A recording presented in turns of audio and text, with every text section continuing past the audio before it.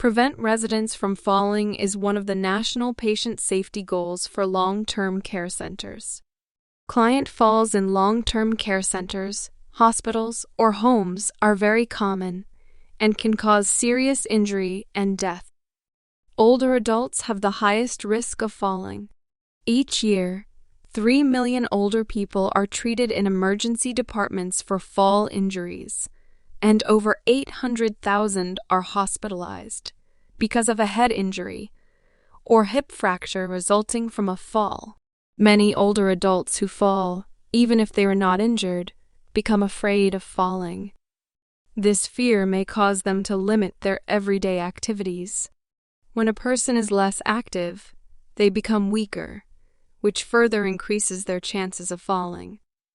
Many conditions increase an individual's risk for falls, including the following: lower body weakness, vitamin D deficiency, difficulties with walking and balance, medications such as tranquilizers, sedatives, antihypertensives, or antidepressants, vision problems, foot pain or poor footwear, environmental hazards such as throw rugs or clutter that can cause tripping. Most falls are caused by a combination of risk factors.